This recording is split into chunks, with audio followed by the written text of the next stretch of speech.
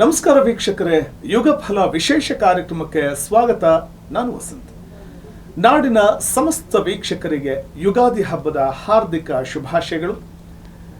ಎಲ್ರಿಗೂ ಈ ಯುಗಾದಿ ಹಬ್ಬ ಸುಖ, ಶಾಂತಿ, ನೆಮ್ಮದಿ, ಸಡಗರ ಸಂಭ್ರಮವನ್ನ ತರಲಿ, ಆಯುರಾರೋಗ್ಯವನ್ನ ನೀಡುವಂತಾಗಲಿ ಭಗವಂತ ಅಂತ ಪ್ರಾರ್ಥನೆ ಮಾಡ್ತಾ ಈ ಕಾರ್ಯಕ್ರಮವನ್ನು ಶುರು ಮಾಡ್ತಾ ಇದ್ದೀವಿ.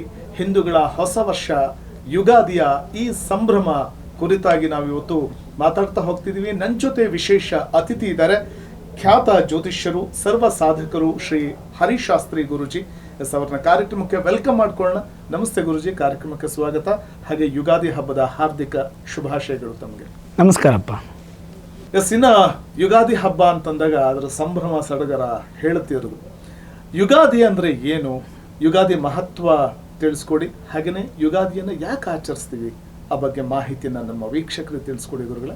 ಆರಂಭದಲ್ಲಿ ಓಂ ಶಿವಾಯ ವಿಷ್ಣುರೂಪಾಯ ಶಿವರೂಪಾಯ ವಿಷ್ಣವೇ, ಶಿವಸ್ಯ ಹೃದಯಂ ವಿಷ್ಣು ವಿಷ್ಣೋಶ್ಚ ಹೃದಯಂ ಶಿವಃ, ಶ್ರೀ ಗುರುಭ್ಯೋ ನಮಃ. ಹರಿ ಓಂ.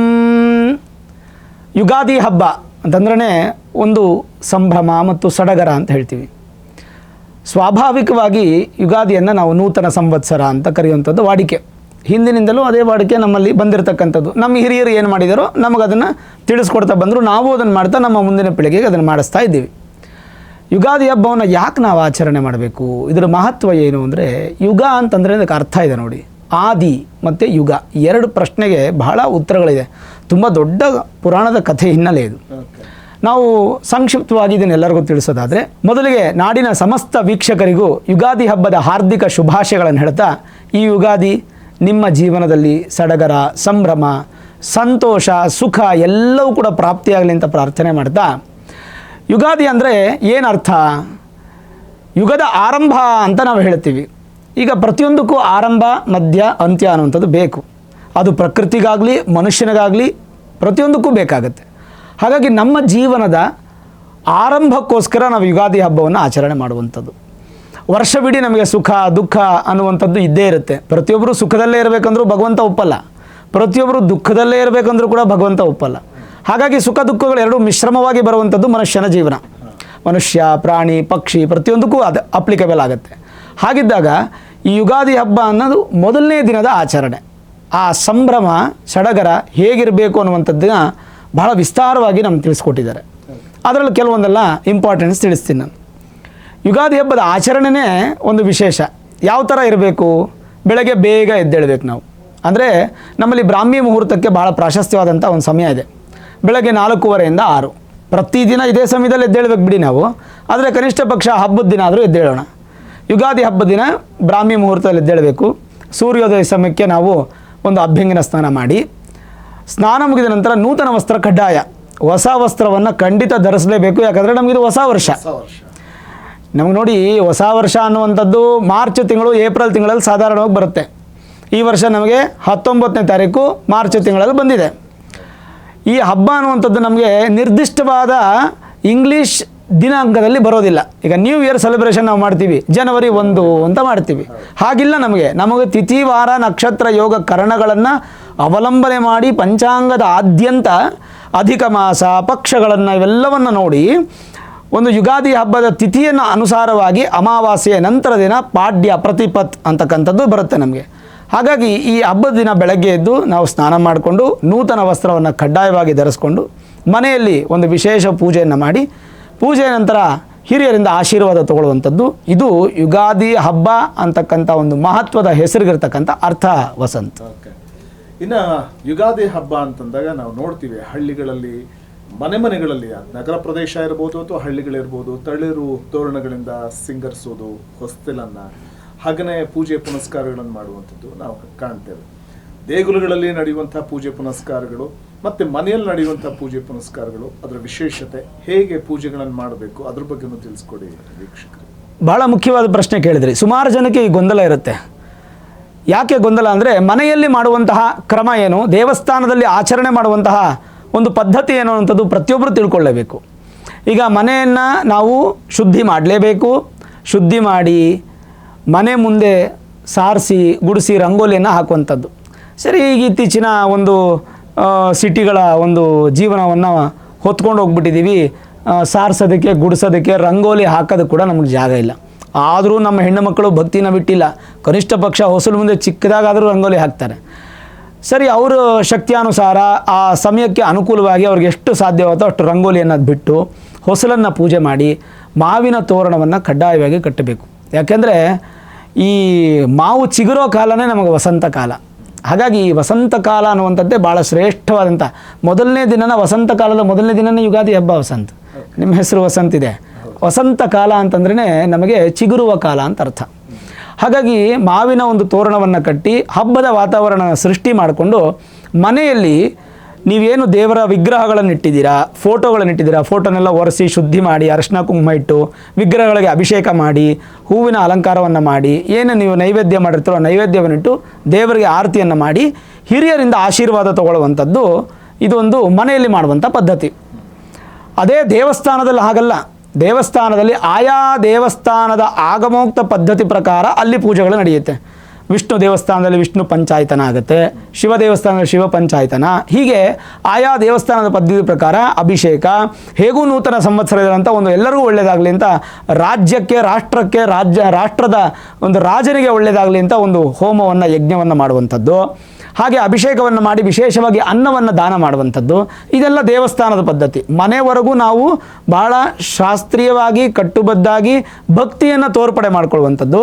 ದೇವಸ್ಥಾನದಲ್ಲಿ ಈ ಪ್ರಕೃತಿಗೆ ಒಳ್ಳೆಯದಾಗಬೇಕು, ರಾಜ್ಯಕ್ಕೆ, ರಾಷ್ಟ್ರಕ್ಕೆ ಒಳ್ಳೆಯದಾಗಬೇಕು ಅನ್ನೋ ಉದ್ದೇಶದಲ್ಲಿ ಮಾಡುವಂಥದ್ದು ದೇವಸ್ಥಾನಗಳ ಪೂಜೆ. ಎರಡರಲ್ಲಿರ್ತಕ್ಕಂಥದ್ದು ಇದೇ ದೊಡ್ಡ ವ್ಯತ್ಯಾಸ.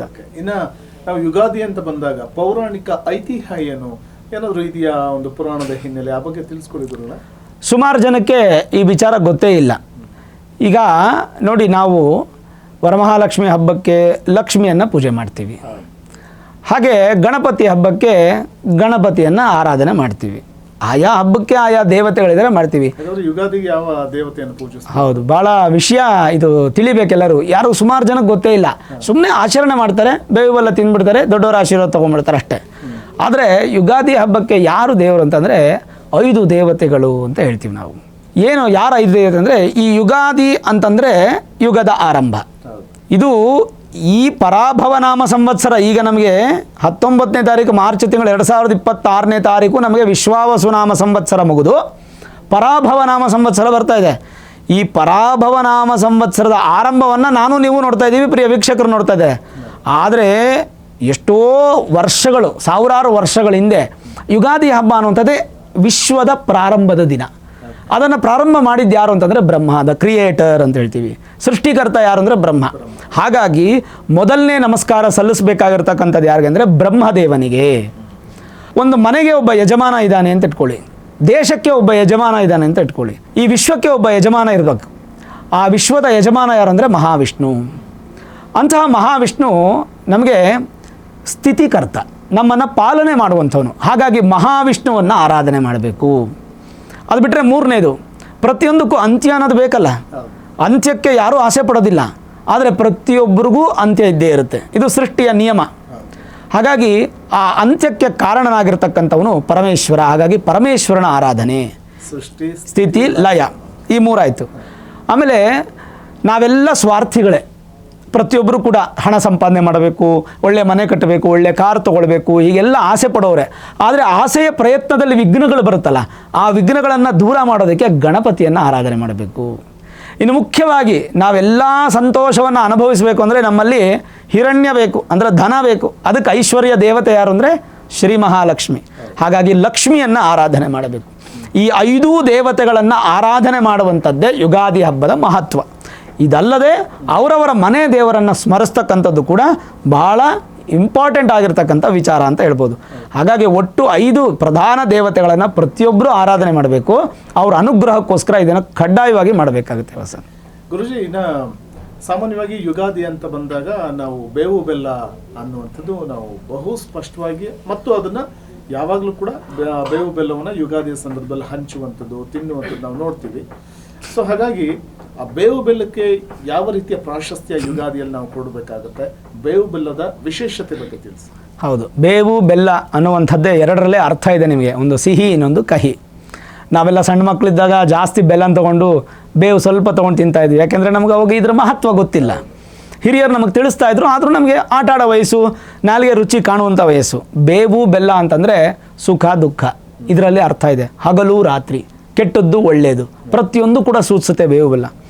ನಮ್ಮಲ್ಲಿ ಒಂದು ಶ್ಲೋಕ ಹೇಳುತ್ತೆ, ಸುಖ ದುಃಖೆ ಸಮಯಕೃತ್ವ ಲಾಭಾಲಾಭವು ಜಯ ಜಯವು ಅಂತ.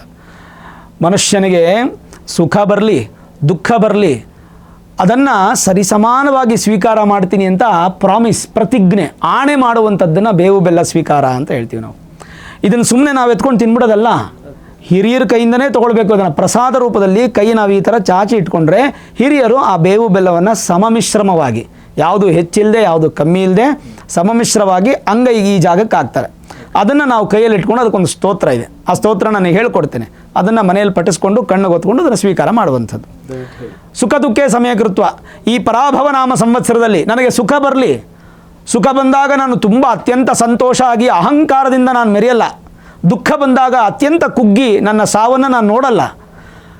ಸುಖ ಬಂದಾಗಲೂ ದುಃಖ ಬಂದಾಗಲೂ ನಾನು ಸರಿಸಮವಾಗಿರ್ತೀನಿ. ಯಾವುದೇ ರೀತಿಯಾಗಿ ಒಂದು ಎಕ್ಸ್ಪ್ರೆಷನ್ಸನ್ನು ತೋರ್ಪಡಿಸ್ಕೊಳ್ಳದೆ ನಾನು ನನ್ನ ಜೀವನವನ್ನು ಮಧ್ಯಮವಾಗಿ ನಡೆಸ್ತೀನಿ ಅನ್ನುವಂಥದ್ದು.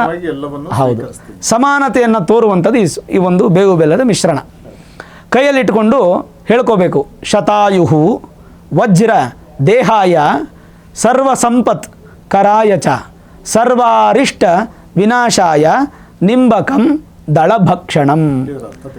ಶತಾಯುಹು ಅಂತಂದರೆ 100 ವರ್ಷಗಳ ಕಾಲ ಆಯುಷ್ ಅಂತ ಅರ್ಥ. ವಜ್ರ ದೇಹಾಯ ಅಂದರೆ ವಜ್ರನಂತ ದೇಹ ಕೊಡಪ್ಪ ಭಗವಂತ ನನಗೆ, ಯಾವುದೇ ನೋವು ದುಃಖ ಆಗದೇ ಇರತಕ್ಕಂಥ ಶರೀರವಾಗಲಿ. ಶತಾಯುಹು ವಜ್ರದೇಹಾಯ ಸರ್ವ ಸಂಪತ್ಕರಾಯ ಚ. ಸಂಪತ್ತು ಅಂತಂದರೆ ನಮಗೇನು, ನಾವೆಲ್ಲ ಹಣ ಅಂತ ಅನ್ಕೋತೀವಿ, ಅಲ್ಲ. ಧಾನ್ಯದ ಸಂಪತ್ತು ಬೇರೆ, ಮತ್ತು ನಮಗೆ ಮನೆಯಲ್ಲಿ ನಗು ಅನ್ನೋದು ಒಂದು ಸಂಪತ್ತು, ಸಂತಾನ ಅನ್ನೋದು ಒಂದು ಸಂಪತ್ತು. ಹೀಗೆ ಸರ್ವ ಸಂಪತ್ಕರಾಯ ಚ, ಎಲ್ಲ ಸಂಪತ್ತುಗಳು ಸಿರಲಿ. ಸರ್ವಾರಿಷ್ಟ ವಿನಾಶಾಯ, ಅರಿಷ್ಟ ಅಂದರೆ ಕೆಟ್ಟದ್ದು, ಎಲ್ಲ ಕೆಟ್ಟಗಳು ದೂರವಾಗಲಿ.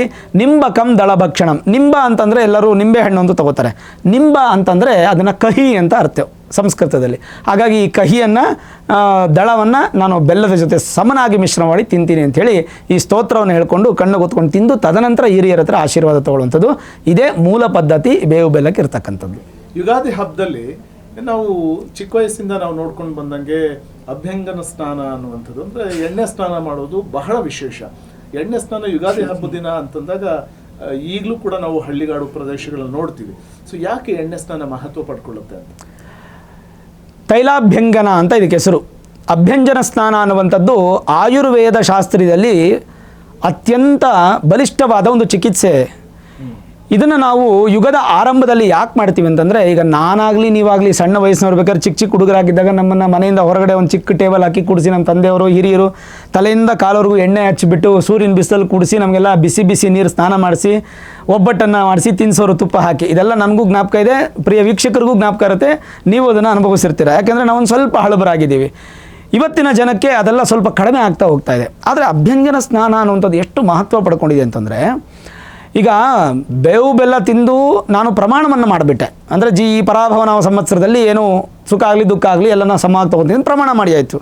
ಆದರೆ ನನ್ನ ದೇಹವನ್ನು ನಾನು ಬ್ಯಾಲೆನ್ಸ್ ಮಾಡ್ಕೊಳ್ಳಿಕ್ಕೆ, ಹೀಟು ಮತ್ತು ಕೋಲ್ಡನ್ನು ಬ್ಯಾಲೆನ್ಸ್ ಮಾಡ್ಕೊಳ್ಳಿಕ್ಕೆ ಮೊದಲನೇ ದಿನದಿಂದ ಪ್ರಾರಂಭ ಮಾಡ್ತೀವಿ. ಹೇಳಿದ ಹಾಗೆ ಒಂದು ಚಿಕಿತ್ಸೆ ಇದು ಆಯುರ್ವೇದದ ಚಿಕಿತ್ಸೆ. ನಮ್ಮ ದೇಹದಲ್ಲಿರ್ತಕ್ಕಂಥ ಕೊಳೆಯನ್ನು ದೂರ ಮಾಡಿ ಮನಸ್ಸಲ್ಲಿರ್ತಕ್ಕಂಥ ಕೊಳೆಯನ್ನು ದೂರ ಮಾಡೋದಕ್ಕೆ ಅಭ್ಯಂಗನ ಸ್ನಾನ ಅನ್ನುವಂಥದ್ದು ಭಾಳ ಮುಖ್ಯ. ಚರ್ಮಕ್ಕೇನೋ ಸೋಪ್ ಇದೆ, ದಿನಾ ಸೋಪ್ ಹಾಕೊಂಡು ಚರ್ಮ ಉಜ್ಕೊಂಡು ಕ್ಲೀನ್ ಮಾಡ್ತೀವಿ. ನಮ್ಮ ಕರ್ಮಕ್ಕೆ ಯಾವುದಿದೆ ಸೋಪ್ ಹೇಳಿ? ಅದೇ ಈ ಹಬ್ಬದ ವಾತಾವರಣ. ಇಂಥ ಸಮಯದಲ್ಲಿ ನಾವು ಮಾಡಬೇಕು. ಹಾಗಾಗಿ ಅಭ್ಯಂಜನ ಸ್ನಾನ ಮಾಡಿದಾಗ ದೇಹ ವಜ್ರ ಆಗುತ್ತೆ. ಎಕ್ಸಾಂಪಲ್ ನಾನು ನಿಮಗೆ ಕೊಡಬೇಕು ಅಂತಂದರೆ, ದುರ್ಯೋಧನ ಮತ್ತು ಅವರ ತಾಯಿಯ ಒಂದು ವಜ್ರ ಪುಷ್ಟಿ ಶರೀರವನ್ನು ಮಾಡಬೇಕಾದ್ರೆ ನಿಮ್ಗೆ ಅದರದೆಲ್ಲ ಕತೆ ಹೇಳ್ತಾ ಹೋದರೆ ತುಂಬ ನಮಗೆ ಸಮಯ ಹಿಡಿದುಬಿಡುತ್ತೆ. ಹಾಗಾಗಿ ಗಾಂಧಾರಿ ಈ ರೀತಿಯಾದಂಥ ಒಂದು ಅಭ್ಯಂಗನ ಸ್ನಾನ ಮಾಡೋದ್ರಿಂದ ದೇಹ ವಜ್ರ ಆಗುತ್ತೆ ಅನ್ನುವಂಥದ್ದು ಒಂದು ಉದ್ದೇಶ.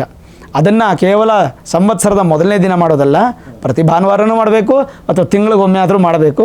ಇದನ್ನು ನಿರಂತರವಾಗಿ ಮಾಡ್ಕೊಂಡು ಹೋಗಲಿ ಅಂತ ಹಿರಿಯರು ನಮಗೆ ಕೊಟ್ಟಿರ್ತಕ್ಕಂಥ ಪದ್ಧತಿ. ಆರೋಗ್ಯಕ್ಕೆ ಒಳ್ಳೆಯದು. ಆಮೇಲೆ ಇವತ್ತಿನ ಆಧುನಿಕ ಜಗತ್ತಿನಲ್ಲಿ ನಾವು ಹಿಂದೆ ನಿಮ್ಮ ಗಮನಕ್ಕೂ ಬಂದಿರುತ್ತೆ ಅಥವಾ ನೀವು ಕೂಡ ಯುಗಾದಿ ಹಬ್ಬವನ್ನು ಹೇಗೆ ಆಚರಿಸುವಂಥದ್ದು ಮನೆಯಲ್ಲಿ ಅದೆಲ್ಲ ಚಿಕ್ಕ ವಯಸ್ಸಿಂದ ನೋಡಿರ್ತೀರಿ, ನಾವು ನೋಡಿರ್ತೀವಿ, ನಮ್ಮ ವೀಕ್ಷಕರು ನೋಡಿರ್ತಾರೆ. ಆದರೆ ಆಧುನಿಕ ಜಗತ್ತಿನಲ್ಲಿ ಬದಲಾದ ಒಂದು ದಿನಮಾನಸಗಳಲ್ಲಿ ಸೊ ಎಲ್ಲ ಒಂದು ಕಡೆ ಅಂದಿನ ಯೋಗದ ಆ ಒಂದು ಯುಗಾದಿಯ ಒಂದು ವೈಭವ ಎಲ್ಲ ಒಂದು ಕಡೆ ಮರೆ ಆಗ್ತಿದೆ ಅಂತ ಅನ್ಸುತ್ತಾ ನಗರ ಪಟ್ಟಣ ಪ್ರದೇಶಗಳಲ್ಲಿ? ಖಂಡಿತವಾಗಲೂ ಈ ಒಂದು ವಿಚಾರಕ್ಕೆ ನಾವು ಬಹಳ ಬೇಸರವನ್ನು ವ್ಯಕ್ತಪಡಿಸ್ಬೇಕಾಗತ್ತೆ. ಯಾಕೆಂತಂದ್ರೆ ಈಗಲೂ ಹಳ್ಳಿಯಲ್ಲಿ ಇದ್ರ ಆಚರಣೆ ಚೆನ್ನಾಗಿ ಮಾಡ್ತಾರೆ. ಯಾಕಂದರೆ ಹಳ್ಳಿಯಲ್ಲಿ ಜಾಗ ಇರುತ್ತೆ, ಗೋವುಗಳಿರುತ್ತವೆ, ಹಾಗಾಗಿ ಗೋವಿನ ದರ್ಶನ ಮಾಡಿ ವಿಶೇಷವಾಗಿ ಹಳ್ಳಿಯಲ್ಲಿ ಆಚರಣೆ ಮಾಡ್ತಾರೆ.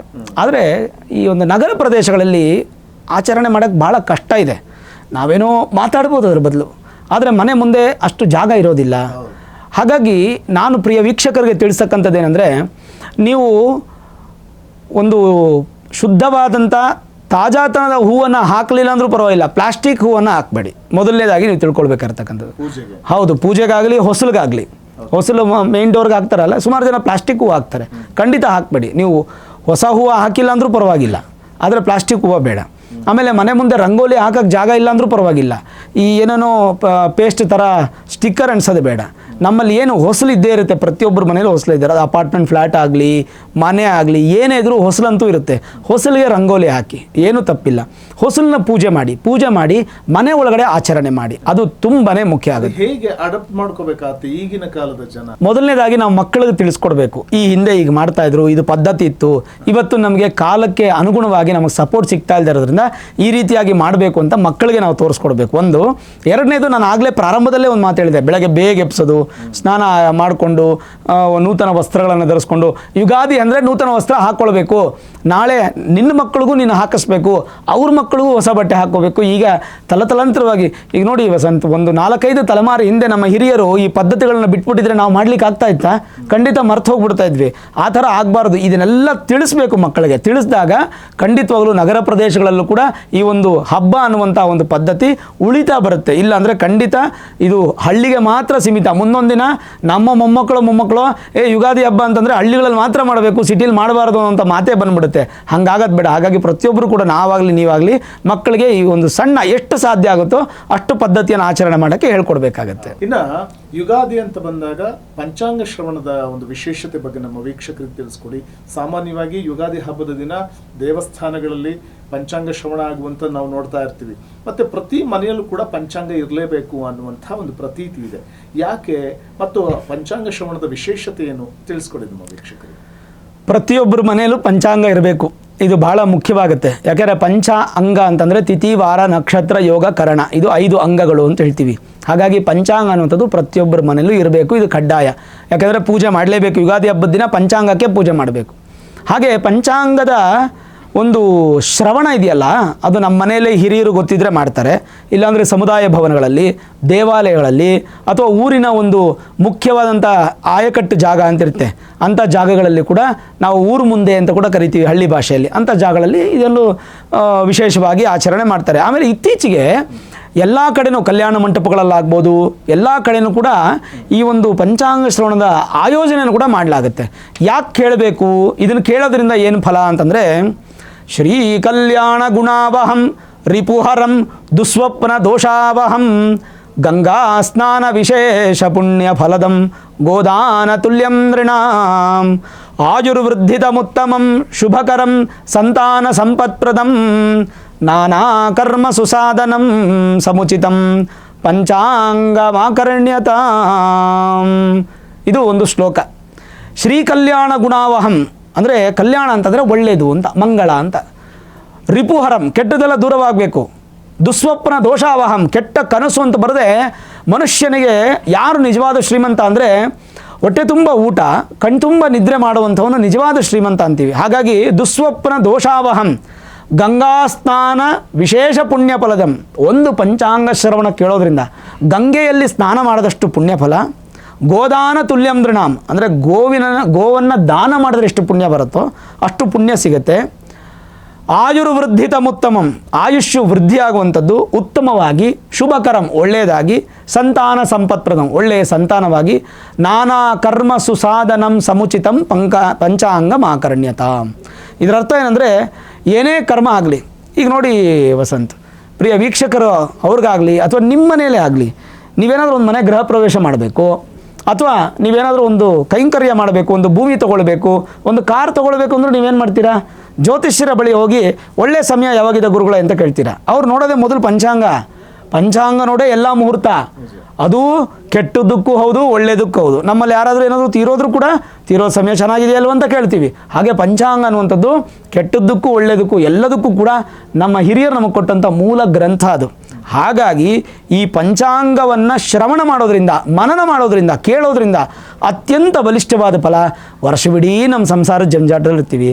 ಲಾಭ ನಷ್ಟ, ಸಾಲ, ಇನ್ನೊಂದು ಮತ್ತೊಂದು EMI ಅಂತಿರ್ತೀವಿ. ಒಂದೇ ಒಂದಿನ ನಮಗೋಸ್ಕರ, ನಮ್ಮ ಒಳಿತುಗೋಸ್ಕರ, ನಮ್ಮ ಮುಂದಿನ ಪೀಳಿಗೆಗೋಸ್ಕರ ಒಂದು 2 ಅವರ್ 3 ಅವರು ನಮ್ಮ ಮಕ್ಕಳನ್ನ ಕುಟುಂಬ ಸಮೇತವಾಗಿ ಯಾವುದಾದ್ರು ಸಮುದಾಯ ಭವನಕ್ಕೋ ದೇವಸ್ಥಾನ ಕರ್ಕೊಂಡೋಗಿ ಪಂಚಾಂಗವನ್ನು ಕೇಳೋದ್ರಿಂದ ಈ ವರ್ಷ ರಾಜನಿಗೆ ಹೇಗಿರುತ್ತೆ, ಮಳೆ ಹೇಗಿರುತ್ತೆ, ಬೆಳೆ ಹೇಗಿರುತ್ತೆ, ಯಾವ ರಾಶಿಗೆ ಹೇಗಿರುತ್ತೆ, ಇವೆಲ್ಲ ತಿಳ್ಕೊಳ್ಳೋದ್ರಲ್ಲಿ ಏನು ತಪ್ಪೇನಿಲ್ಲ. ಹಾಗಾಗಿ ತಿಳ್ಕೊಳ್ಳೋದು ತುಂಬ ಮುಖ್ಯ, ತಿಳ್ಕೊಳ್ಳೇಬೇಕು ಅಂತ ಕೂಡ ಈ ಸಂದರ್ಭದಲ್ಲಿ ಹೇಳ್ತೀವಿ. ಗುರುಗಳೇ, ಇದುವರೆಗೂ ಯುಗಾದಿ ಹಬ್ಬದ ವಿಶೇಷತೆ ಏನು, ಪೂಜೆ ಪುನಸ್ಕಾರಗಳನ್ನು ಹೇಗೆ ಮಾಡಬೇಕು, ಇದೆಲ್ಲದರ ಬಗ್ಗೆ ಮತ್ತು ಮಹತ್ವ, ಐತಿಹ್ಯ ಏನು, ಇದೆಲ್ಲದರ ಬಗ್ಗೆ ತಿಳಿಸ್ಕೊಟ್ರಿ. ವೀಕ್ಷಕರೇ, ಇನ್ನ 12 ರಾಶಿಗಳು, 12 ದ್ವಾದಶ ರಾಶಿಗಳ ಫಲಾಫಲ ಏನು, ಮತ್ತೆ ಯಾವೆಲ್ಲ ರಾಶಿಗಳಿಗೆ ಪರಿಹಾರವನ್ನು ಸೂಚಿಸ್ತಾರೆ ಗುರುಗಳು, ಆ ಬಗ್ಗೆ ಕೂಡ ಗುರುಗಳಿಂದ ಹೆಚ್ಚಿನ ಮಾಹಿತಿಯನ್ನು ತಿಳ್ಕೊಳ್ಳೋಣ. ಗುರುಗಳೇ, ಮೊದಲಿಗೆ ಮೇಷರಾಶಿ ಬಗ್ಗೆ ತಿಳಿಸ್ಕೊಡಿ ನಮ್ಮ ವೀಕ್ಷಕರಿಗೆ. ಮೇಷರಾಶಿ 2026 ಮಾರ್ಚ್ 19ನೇ ತಾರೀಕು ಪರಾಭವ ನಾಮ ಸಂವತ್ಸರದಿಂದ ಪ್ರಾರಂಭ ಆಗುತ್ತೆ. ಕಳೆದ 1 ವರ್ಷದಿಂದ ಮೇಷರಾಶಿಯವರಿಗೆ ಬಹಳ ನೋವು, ದುಃಖ ಇತ್ಯಾದಿಗಳನ್ನು ನಾವು ಕಾಣ್ತಾ ಇದ್ರಿ. ಆದರೆ ಈಗ ಈ ವರ್ಷ ಗುರು ನಿಮಗೆ ಸುಖಸ್ಥಾನಕ್ಕೆ ಬರೋದರಿಂದ ಸ್ವಲ್ಪ ಮಟ್ಟಿಗೆ ಸುಖವನ್ನು ಕಾಣಬಹುದು. ಆದರೂ ಜ್ಞಾಪಕ ಇರಲಿ ವೀಕ್ಷಕರೇ, 7.5 ಅನ್ನೋದು ನಿಮಗೆ ಪ್ರಾರಂಭ ಆಗಿದೆ. ಇನ್ನೂ ಪ್ರಾರಂಭದ ಹಂತದಲ್ಲಿದ್ದೀರಾ, ನೀವು ಟೆಸ್ಟಿಂಗ್ ಟೈಮಲ್ಲಿದ್ದೀರಾ. ಭಯಪಡೋ ಅವಶ್ಯಕತೆ ಇಲ್ಲ. ಖಂಡಿತವಾಗಲೂ ಮೇಷರಾಶಿಯವರು ಶನೇಶ್ವರ ದೇವಸ್ಥಾನಕ್ಕೆ ಹೋಗಲೇಬೇಕು. ಯಾಕೆಂದರೆ 7.5 ಪ್ರಾರಂಭದ ಭಾಗ. ಇನ್ನು ಗುರು ಸುಖಸ್ಥಾನಕ್ಕೆ ಬರ್ತಾ ಇದ್ದಾರೆ ಅಂತಂದರೆ ಎಲ್ಲೋ ಒಂದು ಕಡೆ ಮೇಷರಾಶಿಯವರಿಗೆ ಒಂದು ಸಂತೋಷ, ಸಡಗರ, ಸಂಭ್ರಮ ಅನ್ನೋಂಥದ್ದು ಕಾಯ್ತಾ ಇದೆ. ಅದು ದೊಡ್ಡ ಪ್ರಮಾಣ ಅಲ್ಲ. ನೀವು ಯಾವ ಥರ ತೊಗೊಳ್ಬೇಕು ಅಂತಂದರೆ, ಹೌದು ನಾನು ಏನೇ ಮಾಡಿದ್ರೂ ಕೂಡ ನನಗೆ ಸಕ್ಸಸ್ ಆಗುತ್ತೆ, ಒಳ್ಳೆಯದಾಗುತ್ತೆ ಅನ್ನುವಂಥದ್ದನ್ನು ನೀವು ಫಿಕ್ಸ್ ಆಗಬೇಕು. ಸಂತೋಷವನ್ನು ಕಾಣ್ತೀರಾ, ಪಾಸಿಟಿವ್ ಆಗಿ ಕಾಣ್ತಾರೆ. ಗ್ರ್ಯಾಂಡ್ ಸಕ್ಸಸ್ ಕಾಣಬೇಕು ಅಂತಂದರೆ ನಿಮ್ಮ ಹೆಚ್ಚಿನ ಪ್ರಯತ್ನ ಖಂಡಿತ ಬೇಕು. ಯಾಕೆಂದರೆ ಗುರು ಬಂದು ಈಗ 4ನೇ ಮನೇಲಿದ್ದಾರೆ. ಅವ್ರು 5ನೇ ಮನೆಗೆ ಬಂದಾಗ ಬರ್ತಾರೆ, ಒಂದು 2-3 ತಿಂಗಳು ಬರ್ತಾರೆ, ನೇರ ಪ್ರವೇಶವಾಗಿ ಮತ್ತೆ ವಕ್ರಿ ಆಗುತ್ತೆ. ಒಂದು 2-3 ತಿಂಗಳು ಮಧ್ಯದಲ್ಲಿ ನಿಮಗೆ 5ನೇ ಮನೆ ಗುರು ಬಂದಾಗ ಸ್ವಲ್ಪ ಚೆನ್ನಾಗಿದೆ ಮೇಷರಾಶಿಯವ್ರಿಗೆ. ಬಟ್ ಅದು ತಾತ್ಕಾಲಿಕ. ಆದರೆ ಈ ವರ್ಷ ಪೂರ್ತಿ ನಿಮಗೆ ಅಂತಂದರೆ ಅದು ಚತುರ್ಥ ಭಾವ ಆದ್ದರಿಂದ ಸುಖ ಸ್ಥಾನದಲ್ಲಿ ಇರೋದ್ರಿಂದ ಗುರುವಿನ ಬಲ ಇರೋದಿಲ್ಲ. ಒಂದು 50% ಚೆನ್ನಾಗಿದ್ದಾರೆ ಅಂತ ಹೇಳ್ಬೋದು. ಆದರೆ ಗುರುವಿಗೆ ಶಾಂತಿ ಬೇಕಾಗಿಲ್ಲ. ಖಂಡಿತವಾಗಲೂ ನೀವು ಶನಿಯನ್ನು ಆರಾಧನೆ ಮಾಡಬೇಕು, ಶನೇಶ್ವರನ ದೇವಸ್ಥಾನಕ್ಕೆ ಹೋಗಬೇಕು. ಇನ್ನು ಮೇಷರಾಶಿಗೆ 11ನೇ ಮನೆಯಲ್ಲಿ ರಾಹು ಇರ್ತಾರೆ. ಈ ವರ್ಷ ಡಿಸೆಂಬರ್ವರೆಗೂ ಇರ್ತಾರೆ. ಡಿಸೆಂಬರ್ ನಂತರ ಬದಲಾವಣೆ ಆಗುತ್ತೆ. ಅಂದರೆ ಧನುರ್ಮಾಸ ನಂತರ ಬದಲಾವಣೆ ಆಗುತ್ತೆ. ಧನುರ್ಮಾಸದ ಅಕ್ಕಪಕ್ಕದಲ್ಲಿ ಬದಲಾವಣೆಗಳನ್ನು ಕಾಣಬಹುದು ಮೇಷರಾಶಿಯವರು. ಇನ್ನು ಮೇಲಾಗಿ ಏನಪ್ಪ ಅಂತಂದರೆ ಬಹುಮುಖ್ಯವಾಗಿ 5ನೇ ಮನೆಯಲ್ಲಿ ಕೇತು ಇರತಕ್ಕಂಥದ್ದು ಮತ್ತು 11ನೇ ಮನೆಯಲ್ಲಿ ರಾಹು ಇರತಕ್ಕಂಥದ್ದು ಒಂದು ಲಾಭವನ್ನು ನೀವು ವೀಕ್ಷಣೆ ಮಾಡ್ಬೋದು. ಆತ್ಮವಿಶ್ವಾಸ ಮತ್ತು ಹೊಸ ಆರಂಭಗಳ ಸಂಕೇತ ಆಗುತ್ತೆ. ಆದಾಯದ ಮೂಲಗಳು ಸ್ವಲ್ಪ ವಿಸ್ತಾರವಾಗುತ್ತೆ. ನಿಮಗೆ ಹೊಸ ಯೋಜನೆಗಳಿಂದ ಲಾಭದಾಯಕವಾಗಿರುತ್ತೆ. ಆದರೆ ಜ್ಞಾಪಕ ಇರಲಿ, ತುಂಬ ದೊಡ್ಡ ಪ್ರಮಾಣಕ್ಕೆ ಹೋಗಬೇಡಿ. ಉದ್ಯೋಗ ಕ್ಷೇತ್ರದಲ್ಲಿ ಸ್ವಲ್ಪ ಉನ್ನತವಾದಂಥ ಸ್ಥಾನಮಾನ, ಗೌರವ, ಅಭಿವೃದ್ಧಿಯಾಗಿ ಆರೋಗ್ಯದಲ್ಲಿ ಒಂದು ಸ್ವಲ್ಪ ದೇಹದ ಉಷ್ಣತೆ ಜಾಸ್ತಿ ಆಗದೇ ಇದ್ದಂಗೆ ಬ್ಯಾಲೆನ್ಸ್ ಮಾಡಿಕೊಂಡು ಒಂದು ಸ್ವಲ್ಪ ನಿಮ್ಮ ಆರೋಗ್ಯದ ಕಡೆ ಹೆಚ್ಚು ಗಮನ ಕೊಟ್ಟರೆ ಇನ್ನು ಉಳಿದಂತೆ ಏನು ಭಯಪಡೋ ಅವಶ್ಯಕತೆ ಇಲ್ಲ. ಮೇಷರಾಶಿಯವರಿಗೆ ಮಿಶ್ರ ಫಲ ಸಂತೋಷದಾಯಕವಾಗಿರುತ್ತೆ. ವೃಷಭ ರಾಶಿಯ ಬಗ್ಗೆ ತಿಳಿಸ್ಕೊಡಿ ನಮ್ಮ ವೀಕ್ಷಕರಿಗೆ. ವೃಷಭ ರಾಶಿ ಸದ್ಯದ ಮಟ್ಟಿಗೆ ಮಾರ್ಚ್ 19, 2026ರಿಂದ ಜೂನ್ 2ನೇ ತಾರೀಕಿನವರೆಗೂ ನಿಮಗೆ ಗುರುಬಲ ತುಂಬ ಚೆನ್ನಾಗಿದೆ. ಯಾರಿಗೆ? ವೃಷಭ ರಾಶಿಯವ್ರಿಗೆ. 2ನೇ ಮನೆ ಗುರು ಇರ್ತಾರೆ. 2ನೇ ಮನೆ ಅಂದರೆ ಧನಸ್ಥಾನ, ಹಣದ ಸಂಪಾದನೆ ಮತ್ತು ಕುಟುಂಬ ಸ್ಥಾನ. ಕುಟುಂಬದಲ್ಲಿ ಒಂದು ಮಂಗಳ ಕಾರ್ಯಗಳಾಗುವಂಥದ್ದು, ಕುಟುಂಬದಲ್ಲಿ ಒಂದು ಸಂತೋಷದ ಸಡಗರ ಸಂಭ್ರಮ ಆಗುವಂಥದ್ದು ಮತ್ತು ವಾಕ್ಸ್ಥಾನ ತುಂಬ ಚೆನ್ನಾಗಿ ವಾಕ್ಚಾತುರ್ಯ ಇರುತ್ತೆ ನಿಮಗೆ. ಹಾಗೆ ಮಕ್ಕಳು ವಿದ್ಯಾಭ್ಯಾಸ ಮಾಡುವಂಥವ್ರು ಇಷ್ಟೂ ವಿಚಾರಗಳಿಗೂ ಕೂಡ ಜೂನ್ 2ನೇ ತಾರೀಕುವರೆಗೂ ಚೆನ್ನಾಗಿರುತ್ತೆ. ಯಾವಾಗ ಜೂನ್ 2ನೇ ತಾರೀಕು ವೃಷಭ ರಾಶಿಯವರಿಗೆ 3ನೇ ಸ್ಥಾನಕ್ಕೆ ಗುರು ಬರ್ತಾರೋ ಅಲ್ಲಿಂದ ಏನಾಯಿತು? ಗುರುಬಲ ಅನ್ನುವಂಥದ್ದು ಕಮ್ಮಿ ಆಯಿತು. ಯಾವಾಗ ಗುರುಬಲ ಅನ್ನುವಂಥದ್ದು ಕಮ್ಮಿ ಆಗುತ್ತೋ ಅಲ್ಲಿಗೇನಾಯಿತು? ಗುರುವಿನಿಂದ ಸಿಗಬಹುದಾದಂಥ ಸಪೋರ್ಟಿವ್ಸ್ ಏನೂ ಕೂಡ ಸಿಗೋದಿಲ್ಲ ನಿಮಗೆ. ಸಪೋರ್ಟಿವ್ ಸಿಗಲ್ಲ ಅಂದಾಗ ನೀವೇನು ಮಾಡಬೇಕು?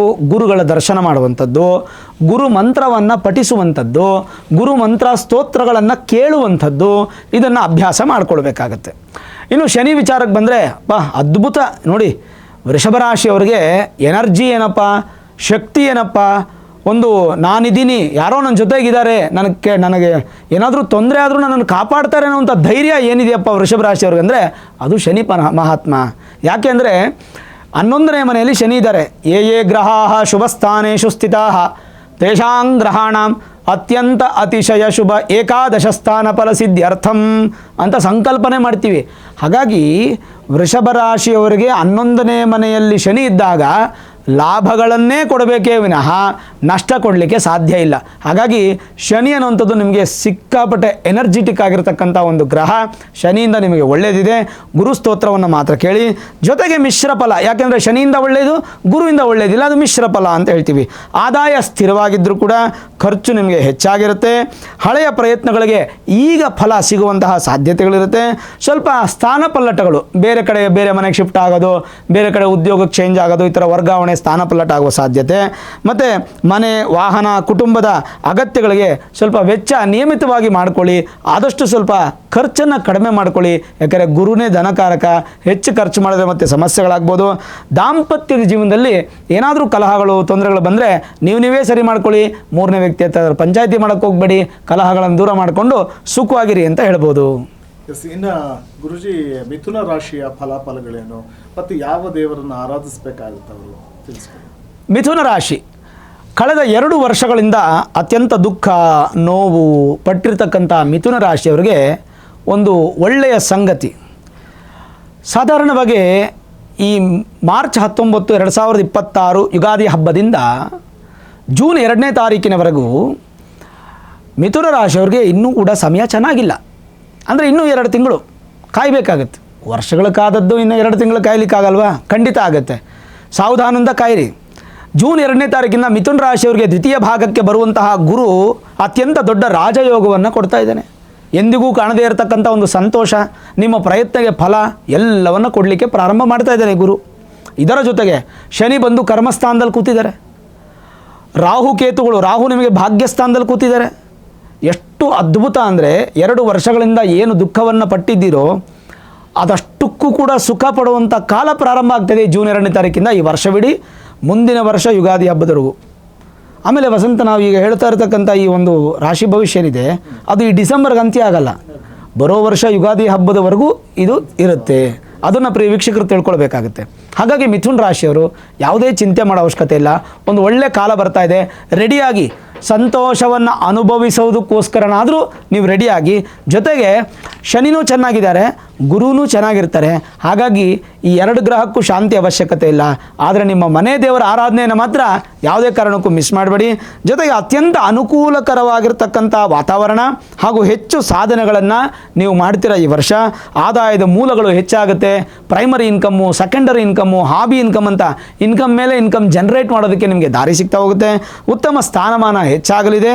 ಹೊಸ ಆರಂಭಗಳು ನಿಮಗೆ ಇದು ಸಂಕೇತವಾಗಿ ಸೂಚನೆ ತೋರಿಸ್ತಾ ಇದೆ.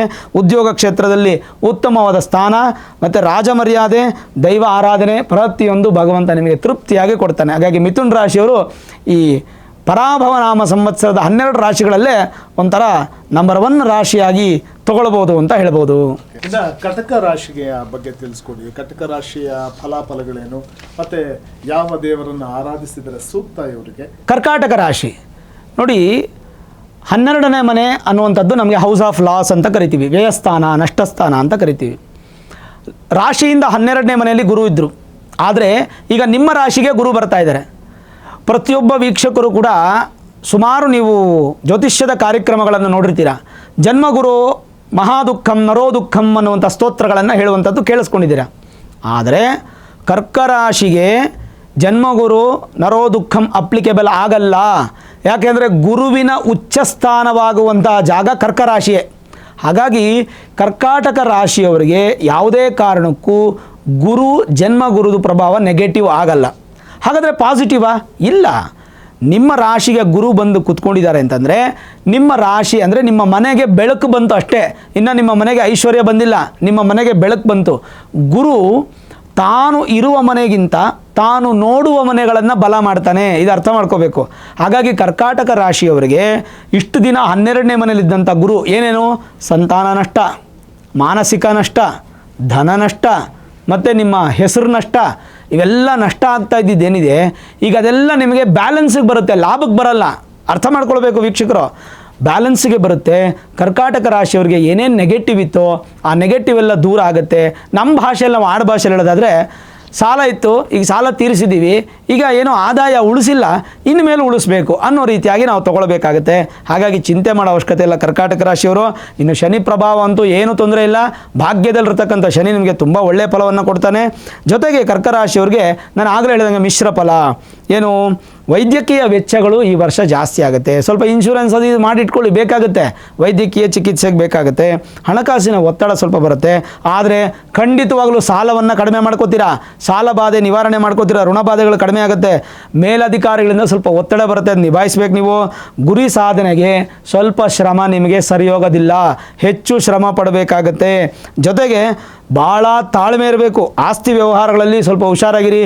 ಎರಡೆರಡು ಲೀಗಲ್ ತೊಗೊಳ್ಬೇಕಾಗುತ್ತೆ ನೀವು ಆಸ್ತಿ ಖರೀದಿ ಮಾಡಬೇಕಾದ್ರೆ. ಆರೋಗ್ಯದ ಕಡೆ ಗಮನ ಕೊಟ್ಟು ಸ್ವಲ್ಪ ಹುಷಾರಾಗಿರಿ.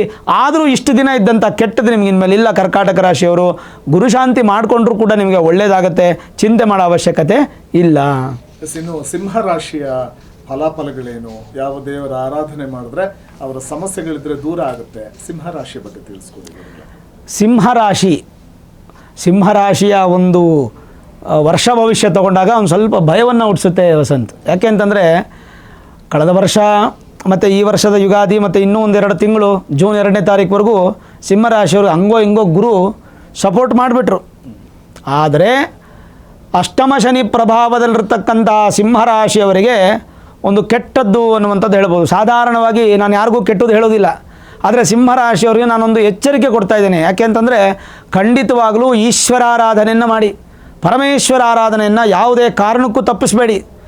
ಪ್ರತಿಯೊಂದು ಸೋಮವಾರದ ದಿನವೂ ಶಿವನ ದೇವಸ್ಥಾನಕ್ಕೆ ಹೋಗಿ, ಅಥವಾ ಪ್ರತಿ ಶನಿವಾರ ಶನಿ ಮಹಾತ್ಮನ ದೇವಸ್ಥಾನಕ್ಕೆ ಹೋಗಿ. ಅಷ್ಟಮ ಶನಿ ಪ್ರಭಾವ ಅನ್ನುವಂಥದ್ದು ಈ ಹಿಂದೆನೂ ಇತ್ತು, ಶುರುವಾಗಿ ನಿಮಗೆ 1 ವರ್ಷ ಆಗಿದೆ. ಈ 1 ವರ್ಷ ಗುರು ನಿಮ್ಮನ್ನು ಕಾಪಾಡಿದ್ರು. ಯಾಕೆಂದರೆ ಗುರು ಏಕಾದಶ ಸ್ಥಾನದಲ್ಲಿದ್ದರು. ಲಾಭ ಸ್ಥಾನದಲ್ಲಿ ಗುರು ಇದ್ದಾಗ ಭಾಳ ವಿಶೇಷವಾದ ಫಲವನ್ನು ಅನುಭವಿಸ್ಬಿಟ್ರಿ. ಶನಿಯಿಂದ ಬರ್ಬೋದಾ ಅಂತ ಅಡೆತಡೆಗಳನ್ನು ದೂರ ಮಾಡಿಬಿಟ್ರು. ಯಾಕಂದರೆ ಗುರು ನೋಡಿದರೆ ಕೋಟಿ ಪುಣ್ಯ ಅಂತೀವಿ.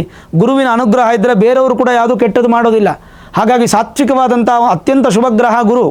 ಅಂಥ ಗುರುವಿನ ಬಲ ಅನ್ನುವಂಥದ್ದು ಜೂನ್ 2ನೇ ತಾರೀಕಿಗೆ ಹೋಗ್ತಾ ಇದೆ. ನಿಮಗೆ ಹೋದ ಮೇಲೆ ಗುರುಬಲ ಅನ್ನುವಂಥದ್ದು ಅತ್ಯಂತ ಕಡಿಮೆ ಆಗಿ 12ನೇ ಮನೆಗೆ ಬಂದು ನಷ್ಟ ಆಗುತ್ತೆ. ಹಾಗಾಗಿ ಹಣದ ನಷ್ಟಕ್ಕೆ ಹುಷಾರಾಗಿರಬೇಕು, ಎಚ್ಚರಿಕೆ ಇರಬೇಕು, ಜಾಗ್ರತೆ ವಹಿಸಿ. ಯಾರಿಗೂ ದುಡ್ಡು ಕೊಟ್ಟು ಸಾಲಕ್ಕೆ ಸಿಕ್ಕಾಕೋಬೇಡಿ. ಯಾವ ಪತ್ರ ವ್ಯವಹಾರದಲ್ಲಿ ಹುಷಾರು. ಒಂದು ಚೆಕ್ ಕೊಡಬೇಕಾದ್ರೆ, ಒಂದು ಸಿಗ್ನೇಚರ್ ಮಾಡಬೇಕಾದ್ರೆ ಪ್ರತಿಯೊಂದರಲ್ಲೂ ಕೂಡ ಎರಡೆರಡು ಎಚ್ಚರಿಕೆ ಇರಲಿ. ಯಾವುದೇ ನಿರ್ಧಾರಗಳನ್ನು ದಿಢೀರಂತ ತಗೊಳ್ಬೇಡಿ.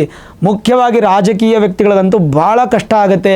ಗೌರ್ಮೆಂಟ್ ಅಧಿಕಾರಿಗಳು ಕೂಡ ಭಾಳ ಅಪಸ್ವರ, ಅಪನಿಂದನೆ, ಅಪವಾದ ಇತ್ಯಾದಿಗಳು ಬರುವಂಥ ಸಾಧ್ಯತೆ ಖಂಡಿತವಾಗಲೂ ಸಿಂಹರಾಶಿಯವರು ಶನಿಶಾಂತಿಯನ್ನೂ ಮಾಡಿಕೊಳ್ಬೇಕು, ಗುರುಶಾಂತಿಯನ್ನೂ ಮಾಡಿಕೊಳ್ಬೇಕು. ಹಾಗೆ ಎಚ್ಚರವಾಗಿ ಇರಬೇಕಾಗುತ್ತೆ. ಮತ್ತು ಸಾಧಾರಣವಾಗಿ ಏನು ಇದೆಲ್ಲ ಗೋಚಾರದು ಬಂತು. ಆದರೆ ಶುಭ ಏನಪ್ಪ ಅಂತ ಅತ್ಯಂತ ಶುಭಕರ ಏನಂದರೆ ಸಾಧನೆ ಉದ್ಯೋಗದಲ್ಲಿ ಮಾತ್ರ ಚೆನ್ನಾಗಿರುತ್ತೆ. ಉದ್ಯೋಗ ಕ್ಷೇತ್ರದಲ್ಲಿ ಅಭಿವೃದ್ಧಿ ಆಗುವಂಥದ್ದು. ಯಾವಾಗವರೆಗೂ 2 ತಿಂಗಳು ಪದೋನ್ನತಿ ಇದೆ, ಅಭಿವೃದ್ಧಿ ಆಗ್ತೀರಾ. ಆಮೇಲೆ ಕುಗ್ಗಿಬಿಡುತ್ತೆ, ನಿಮ್ಮ ಮಾತಿನಿಂದ ನೀವು ಕೆಟ್ಟು ಹೋಗ್ತೀರಾ. ಹಾಗಾಗಿ ನಿಮಗೆ ಸಂಬಳ ಕೊಡುವಂಥ ಬಾಸ್ ಮೇಲೆ ಯಾವುದೇ ಕೆಟ್ಟದಾಗಿ ಮಾತಾಡೋಕ್ಕೆ ಹೋಗಬೇಡಿ. ನಿಮ್ಮ ಜೊತೆ ಕೆಲಸ ಮಾಡೋರೇ ತಂದಿಟ್ಟು ಬಿಡ್ತಾರೆ, ಆ ಥರ ಮಾಡೋಕ್ಕೆ ಹೋಗಬೇಡಿ. ಆಮೇಲೆ ಗೌರವ ಇದೆಲ್ಲ ನಿಮಗೆ ಜೂನ್ 2ನೇ ತಾರೀಕುವರೆಗೂ ಸಿಗುತ್ತೆ. ಅದಾದಮೇಲೆ ಸ್ವಲ್ಪ ಕಡಿಮೆ ಆಗುತ್ತೆ. ವ್ಯಾಪಾರಸ್ಥರಿಗೆ ಹೊಸ ಒಪ್ಪಂದ, ದೊಡ್ಡ ಲಾಭ ಇದೆಲ್ಲ ನಿಮಗೆ ಸಿಗುತ್ತೆ. ದಾಂಪತ್ಯ ಜೀವನದಲ್ಲಿ ಪರಸ್ಪರ ಗೌರವ, ವಿದ್ಯಾರ್ಥಿಗಳಿಗೆ ಉನ್ನತ ಶಿಕ್ಷಣ ಅನುಕೂಲ, ಆರೋಗ್ಯದಲ್ಲಿ ಉತ್ತಮ. ನಿಯಮಿತ ವ್ಯಾಯಾಮ ಅನ್ನುವಂಥದ್ದು ನಿಮ್ಗೆ ಭಾಳ ಮುಖ್ಯ ಆಗುತ್ತೆ. ಆರೋಗ್ಯ ನೋಡ್ಕೊಳ್ಳಿ. ಆದರೆ ಒಂದು ವಿಚಾರ ಹೇಳ್ತೀನಿ, ಗುರುಬಲ ಇರೋವರೆಗೂ ಇದೆಲ್ಲ ನಿಮ್ಗೆ ಚೆನ್ನಾಗಿರುತ್ತೆ. ಗುರುಬಲ ಹೋದ್ಮೇಲೆ ಇದು ಹಾಗೆ ಒಂದು ಸ್ವಲ್ಪ ರಿವರ್ಸ್ ಆಗೋ ಸಾಧ್ಯತೆ. ರಿವರ್ಸ್ ಆದರೂ ಕೂಡ ನಿಮಗೆ ಅದು ಅಪ್ಲಿಕೇಬಲ್ ಆಗಬಾರ್ದು ಅಂತಂದರೆ ಗುರು ಶಾಂತಿ ಶನಿ ಶಾಂತಿ ಮಾಡಿಕೊಂಡು ಸದಾಕಾಲ ಧ್ಯಾನಚಿತ್ತರಾಗಿರಿ. ಸಿಂಹರಾಶಿಯವರಿಗೆ ಒಳ್ಳೆಯ ಫಲ ಸಿಗುತ್ತೆ. ಓಕೆ, ಇನ್ನು ಕನ್ಯಾ ರಾಶಿಯ ಫಲಾಫಲಗಳೇನು, ಯಾವ ದೇವರ ಪೂಜಿಸಿದರೆ ಒಳಿತು ತಿಳಿಸ್ಕೊಡಿದ್ರು. ಕನ್ಯಾ ರಾಶಿ ಮಿಶ್ರ ಫಲವನ್ನು ಹೊತ್ತು ಬಂದಿದೆ ಈ ಸಲ ಕನ್ಯಾ ರಾಶಿಯವ್ರಿಗೆ. ಏನು, ವ್ಯಾಪಾರಸ್ಥರಿಗೆ ಸ್ವಲ್ಪ ದಿನ ಚೆನ್ನಾಗಿರುತ್ತೆ ವ್ಯಾಪಾರ, ಅದಾದಮೇಲೆ ಸ್ವಲ್ಪ ಸಾಧಾರಣವಾಗಿರುತ್ತೆ, ಆಮೇಲೆ ಸ್ವಲ್ಪ ಕಡಿಮೆ ಇರುತ್ತೆ. ಈ ಥರ ಒಂದು ಮಿಶ್ರ ಫಲಗಳು ಬರುವಂಥದ್ದು. ಹೊಸ ತಂತ್ರಜ್ಞಾನ ಬಳಕೆ ಮಾಡುವಂಥದ್ದು, ಲಾಭದಿಂದ ಆಸ್ತಿ ಖರೀದಿಯನ್ನು ಮಾಡುವಂಥದ್ದು, ಭೂಮಿ ಮನೆ ವ್ಯವಹಾರಗಳಲ್ಲಿ ಲಾಭ, ದಾಂಪತ್ಯದಲ್ಲಿ ಪರಸ್ಪರ ಸಹಕಾರ, ಮಕ್ಕಳ ಪ್ರೀತಿ ಅನ್ನುವಂಥದ್ದು ಸಿಗಲಿದೆ. ಮತ್ತು ಆದಷ್ಟು ಸಾತ್ವಿಕ ಆಹಾರವನ್ನು ಹೆಚ್ಚು ಸ್ವೀಕಾರ ಮಾಡಿ. ಸಾತ್ವಿಕ ಆಹಾರ ನಿಮಗೆ ಭಾಳ ಮುಖ್ಯವಾಗುತ್ತೆ. ಆರ್ಥಿಕ ಸ್ಥಿರತೆ ಮತ್ತು ಪ್ರಗತಿಪರವಾಗಿ ನೀವು ಬೆಳಿತೀರಾ. ವಿಶೇಷವಾದಂಥ ಫಲ ಅನ್ನುವಂಥದ್ದು ನಿಮಗೆ ಸಿಗುತ್ತೆ. ಆದರೂ ಕನ್ಯಾ ರಾಶಿಯವರು ಒಂದು ಥ್ಯಾಂಕ್ಸ್ ಹೇಳಬೇಕು. ಯಾರಿಗೆ ಅಂತಂದರೆ ನೀವು ಪೂಜೆ ಮಾಡುವಂಥ ಭಗವಂತನಿಗೆ. ಯಾಕೆಂದರೆ ಈಗಾಗಲೇ ಶನಿಯ ನೇರ ದೃಷ್ಟಿ ಅನ್ನುವಂಥದ್ದು ಕನ್ಯಾ ರಾಶಿಯವರ ಮೇಲೆ ಬಿದ್ದಿದೆ. ನಿಮ್ಮ ರಾಶಿಯಾಧಿಪತಿ ಯಾರು? ಬುಧ. ನಿಮ್ಮ ರಾಶಿಯಾಧಿಪತಿ ಬುಧನಿಗೆ ಶನಿ ಮಿತ್ರನಾದ್ದರಿಂದ ಶನಿಯ ದೃಷ್ಟಿಯನ್ನು ತಡ್ಕೊಳ್ಬೋದು, ಏನು ತೊಂದರೆ ಇಲ್ಲ, ಕನ್ಯಾ ರಾಶಿಯವ್ರ ಚಿಂತೆ ಇಲ್ಲ. ಆದರೆ ಇಷ್ಟು ದಿನ 10ನೇ ಮನೆಯಲ್ಲಿದ್ದಂಥ ಗುರು ಈಗ 11ನೇ ಮನೆಗೆ ಬರ್ತಾರೆ, ಭಾಗ್ಯಸ್ಥಾನಕ್ಕೆ ಬರ್ತಾರೆ ಗುರು. ಭಾಗ್ಯಸ್ಥಾನಕ್ಕೆ ಬಂದಂಥ ಗುರು ನಿಮಗೆ ವಿಶೇಷವಾದ ಫಲ ಕೊಡ್ತಾರೆ. ಅದಲ್ಲದೆ ನಿಮಗೇನೆಂದರೆ ಕನ್ಯಾ ರಾಶಿಯವರಿಗೆ 12 ವರ್ಷಕ್ಕೆ ಒಮ್ಮೆ ಬರುವಂಥದ್ದು ಏನೋ ಲಾಭಸ್ಥಾನಕ್ಕೆ, ಯಾವಾಗಲೂ ಪ್ರತಿ ವರ್ಷವೂ ಬರಲ್ಲ. ಇಲ್ಲ ಗುರುಗಳ ಒಂದು 4 ವರ್ಷದಿಂದ ಬಂದಿತ್ತಲ್ಲ ಅದೇನಾಗಾದ್ರೆ ಅಂದರೆ ಅದು ಭಾಗ್ಯಸ್ಥಾನ, ಒಂದು 6 ವರ್ಷದಿಂದ ಏನು ಬಂದಿತ್ತಂದರೆ ಅದು ಸಪ್ತಮ ಸ್ಥಾನ. ಹೀಗೆ ಪೂರ್ವ ಪುಣ್ಯಸ್ಥಾನ, ಧನಸ್ಥಾನ, ಸಪ್ತಮ ವಿವಾಹ ಸ್ಥಾನ, 9 ಭಾಗ್ಯಸ್ಥಾನ, ಹೀಗೇನೇ ಬಂದರೂ ಕೂಡ 12 ವರ್ಷಗಳಿಗೆ ಒಮ್ಮೆ ಬರುವಂಥದ್ದು ಲಾಭಸ್ಥಾನಕ್ಕೆ. ಹಾಗಾಗಿ ಈ ವರ್ಷ ನೀವು ಇದನ್ನು ಅಕ್ಯುಮುಲೇಷನ್ ಮಾಡ್ಕೋಬೇಕು. ಕನ್ಯಾ ರಾಶಿಯವರು ದೊಡ್ಡ ದೊಡ್ಡ ಸಾಧನೆ ಕೈ ಹಾಕಬೇಕು. ಸಾಧ್ಯವಾದಷ್ಟು ನೀವು ಹಣ ಸಂಪಾದನೆ ಮಾಡಬೇಕು. ಸಂಪಾದನೆ ಮಾಡೋದು ಮಾತ್ರ ಅಲ್ಲ, ಖರ್ಚು ಮಾಡಬಾರ್ದು, ಸಂಗ್ರಹ ಮಾಡಬೇಕು. ಹೆಚ್ಚು ಮನೆ ತೊಗೊಳ್ಳಿ, ಭೂಮಿ ತೊಗೊಳ್ಳಿ, ಅಗ್ರಿಕಲ್ಚರ್ ಲ್ಯಾಂಡ್ ತೊಗೊಳ್ಳಿ. ಹಣ ನೀವು ಸಂಗ್ರಹ ಮಾಡೋದ್ರಲ್ಲಿ ತುಂಬ ಹೆಚ್ಚಿನ ಮಹತ್ವವನ್ನು ಕೊಡಿ. ಇದ್ರ ಜೊತೆಗೆ ಆರೋಗ್ಯ ಕಳ್ಕೊಬೇಡಿ, ಆರೋಗ್ಯದ ಕಡೆಯೂ ಗಮನ ಕೊಡಿ. ಒಟ್ಟಾರೆ ಹೇಳೋದೇನೆಂದರೆ ಕನ್ಯಾ ರಾಶಿಯವರಿಗೆ ತುಂಬ ಚೆನ್ನಾಗಿದೆ, ಉಪಯೋಗಿಸ್ಕೊಳ್ಳಿ. ಗುರು ನಿಮಗೆ ಹರ್ಷದಾಯಕವಾಗಿದ್ದಾನೆ, ಲಾಭದಾಯಕವಾಗಿದ್ದಾನೆ. ಶನಿ ನಿಮಗೆ ದೃಷ್ಟಿ ಹಾಕಿದರೂ ಸಹ ಶನಿ ದೃಷ್ಟಿ ನಿಮಗೆ ಅಪ್ಲಿಕೇಬಲ್ ಆಗಲ್ಲ. ಯಾಕೆ ಅಂದರೆ ನಿಮ್ಮ ರಾಶಿಯಾಧಿಪತಿಗೆ ಶನಿಗೆ ತ್ರಿಕೋಣ ಸ್ಥಾನಾಧಿಪತಿಗಳು ಮಿತ್ರನಾದ್ರಿಂದ ಚಿಂತೆ ಬೇಡ, ಧೈರ್ಯವಾಗಿರಬಹುದು. ಗುರುಗಳಿಂದ ನಾವು ತುಲಾ ರಾಶಿ ಬಗ್ಗೆ ನಾವು ಮಾತಾಡ್ತಾ ಹೋಗೋಣ. ಅದಕ್ಕಿಂತ ಮುಂಚೆ ಒಂದು ಬ್ರೇಕ್ ತಗೊಂಡ್ಬಂದ್ಬೋಣ. ವೀಕ್ಷಕರೇ, ನಾವು ರಾಶಿಗಳ 12 ರಾಶಿಗಳ ಫಲಾಫಲದ ಬಗ್ಗೆ ಹೆಚ್ಚಿನ ವಿವರಣೆಯನ್ನ, ಮಾಹಿತಿನ ಗುರೂಜಿಯ ಮೂಲಕ ತಿಳಿಸ್ಕೊಡ್ತಾ ಇದ್ವಿ ನಿಮಗೆ. ಒಂದು ಸಣ್ಣ ವಿರಾಮದ ನಂತರ ಮತ್ತೆ ಮಿಕ್ಕ ರಾಶಿಗಳ ಕುರಿತಾಗಿ ಅದರ ಫಲಾಫಲಗಳು, ಪರಿಹಾರ ಇದೆಲ್ಲದರ ಬಗ್ಗೆ ತಿಳಿಸ್ಕೊಡ್ತೀವಿ. Take a small break.